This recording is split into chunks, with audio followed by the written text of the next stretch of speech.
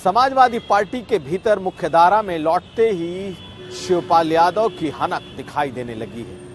किस तरीके से समाजवादी पार्टी में उनका स्वागत हो रहा है, कैसे शिवपाल ने पूरी कमान धीरे धीरे लेने की शुरुआत की है, पूर्वांचल के उनके पहले दौरे का मतलब क्या है, ये हम आपको बताएंगे।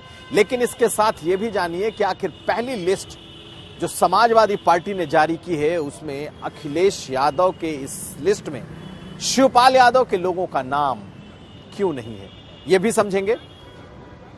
ये भी देखिए कि किस तरीके से अखिलेश यादव आज जब तेलंगाना पहुंचे तो उनके स्वागत में जगह जगह पोस्टरों से पूरे शहर को रंग दिया गया और इस रैली के क्या है मायने।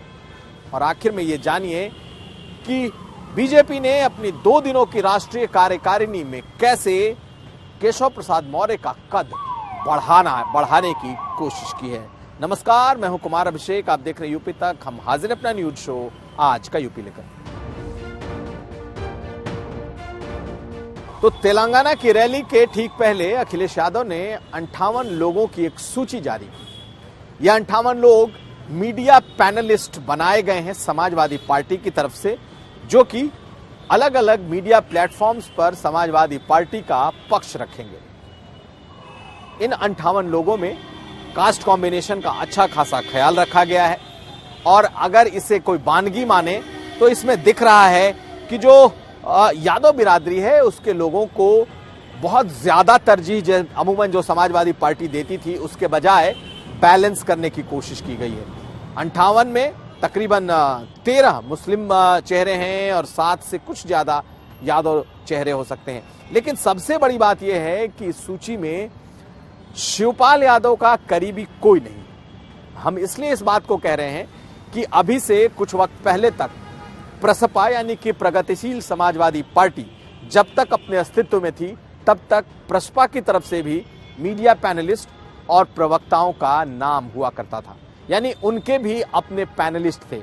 लेकिन अखिलेश यादव ने जाने के इस लिस्ट के आने के एक दिन पहले शाम में शिवपाल यादव से मुलाकात की और माना यह जा रहा था कि उनसे मुलाकात के बाद संगठन के नामों पर चर्चा हुई है और उनसे मुलाकात के ठीक अगले दिन जब यह 58 नाम सामने आए, इसमें शिवपाल यादव का कोई करीबी यानी कि कोई ऐसा नाम जो उनके साथ प्रसपा में मीडिया पैनलिस्ट रहा हो, प्रवक्ता रहा हो, उसका कोई नाम उसमें दिखाई नहीं दिया। तो क्या अखिलेश यादव ने सिर्फ अपने लोगों को ही मीडिया पैनलिस्ट बनाया? क्यों शिवपाल यादव का कोई भी करीबी उसमें नहीं दिखाई दिया? शिवपाल यादव के सबसे करीबी दीपक मिश्रा माने जाते रहे, जो कि प्रसपा के वक्त से ही शिवपाल यादव के बारे में या फिर प्रसपा का पक्ष अलग अलग प्लेटफॉर्म पर रखते रहे हैं। जैसे ही ये लिस्ट जारी हुआ उसके बाद दीपक मिश्रा ने ऐलान कर दिया कि वो 3 सालों तक वो खुद को समाजवादी पार्टी की सक्रिय राजनीति से खुद को अलग कर रहे हैं और एक समाजवादी चिंतक के तौर पर वो बने रहेंगे। यानी कि प्रवक्ताओं और मीडिया पैनलिस्ट की जब लिस्ट जारी हुई तो इसे शिवपाल यादव के करीबी लोग, खास करके जो सबसे करीबी माने गए, उनके गले ये चीज नहीं उतर रही। 58 लोगों की लिस्ट बनाई गई है। हालांकि बताया ये भी जा रहा है कि अनऑफिशियली कुछ और लोगों के नाम हैं, लेकिन इस पूरी लिस्ट में शिवपाल यादव के करीबियों का नाम नहीं है। अब हम आपको दिखाते हैं कि शिवपाल यादव किस तरीके से पूर्वांचल की यात्रा पर हैं। तो शिवपाल यादव पूरे काफिले के साथ इस वक्त पूर्वांचल के लिए निकले हैं। पूरे रास्ते समाजवादी पार्टी के कार्यकर्ताओं ने उनका जगह जगह स्वागत किया है। जगह जगह समाजवादी पार्टी के कार्यकर्ताओं ने रोक करके फूल माला के साथ, गाजे बाजे के साथ उनका स्वागत किया है। और अब शिवपाल यादव भी अपने फुल फॉर्म में दिखाई दे रहे हैं। उनकी इन बातों को सुनिए कि किस तरीके से वो अपने कार्यकर्ताओं को संबोधित कर रहे हैं। यानी कि एक जो तेजी, एक स्फूर्ति, एक जो स्पार्क शिवपाल यादव अपनी पार्टी बनाकर मिस कर रहे थे, अब समाजवादी पार्टी में आते ही उनकी हनक वापस आ गई है। हालांकि इसमें 2 अलग अलग चीजें हैं। उनके कार्यकर्ताओं को, उनके करीबियों को पहली लिस्ट में जगह नहीं मिली है, लेकिन अब शिवपाल यादव को इससे कोई फर्क नहीं पड़ रहा। शिवपाल यादव अब अपने आप को खुद को समाजवादी पार्टी के भीतर समर्पित बता रहे हैं। उन्हें कुछ मिले ना मिले कोई फर्क नहीं पड़ता। वो मानते हैं कि अब सब कुछ समाजवादी पार्टी के लिए है, अखिलेश यादव के लिए है। जल्द ही समाजवादी पार्टी अपने संगठन के दूसरे बड़े नामों को का ऐलान करने वाली है। राष्ट्रीय कार्यकारिणी, प्रदेश कार्यकारिणी और महासचिवों के पद पर लोगों की नियुक्ति करने जा रही है। अब ये देखना है कि क्या उसमें शिवपाल यादव के लोग शामिल दिखाई देते हैं या शिवपाल यादव ने उसे भी छोड़ दिया है। कैसे आना हुआ है? बलिया जाना है। बलिया में हमारा कार्यक्रम है।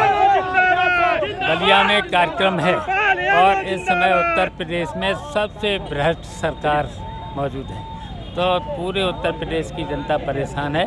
अब उत्तर प्रदेश की जनता बदलाव चाहती है, तो अब हम लोग समाजवादी पार्टी के लोग उत्तर प्रदेश की सड़कों पर निकल करके जनता के बीच जाकर के इस सरकार को हटाने का काम शुरुआत कर रहे हैं। 2024 के चुनाव को लेकर क्या कहेंगे? में समाजवादी पार्टी सब लोगों सबको इकट्ठा करके चुनाव लड़ेगी और इस भारतीय जनता पार्टी को हटाएगी। अब बात थर्ड फ्रंट की, लेकिन थर्ड फ्रंट के पहले किस तरीके से अखिलेश यादव का तेलंगाना के खम्बम शहर में स्वागत हुआ है, जहां आज केसीआर की रैली थी, इसे देख लीजिए। पूरे शहर को बैनर और पोस्टरों से पाट दिया गया। अखिलेश यादव उसमें प्रमुख चेहरे के तौर पर हर जगह दिखाई दे रहे हैं। दक्षिण के इस शहर में जब ये बड़ी रैली बुलाई गई तो इसका मकसद दो था। ताकत का एहसास बीजेपी को कराना और ताकत का एहसास कांग्रेस पार्टी को भी कराना कि एक तीसरा फ्रंट है, एक तीसरा मोर्चा है जो बड़ी ताकत के साथ खड़ा हो रहा है। यानी कि बीजेपी के खिलाफ कांग्रेस को ही धुरी ना माना जाए।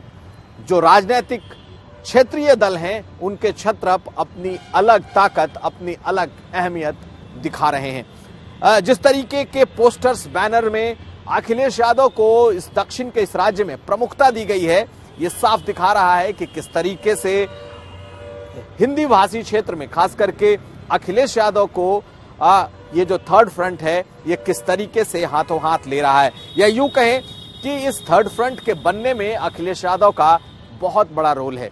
केसीआर यानी कि के चंद्रशेखर राव ने जब राष्ट्रीय पार्टी के तौर पर दिल्ली में अपने पार्टी कार्यालय की शुरुआत की थी, वहां भी अखिलेश यादव मौजूद थे और आज जब ये पहली रैली हुई है उसमें भी अखिलेश यादव मौजूद रहे।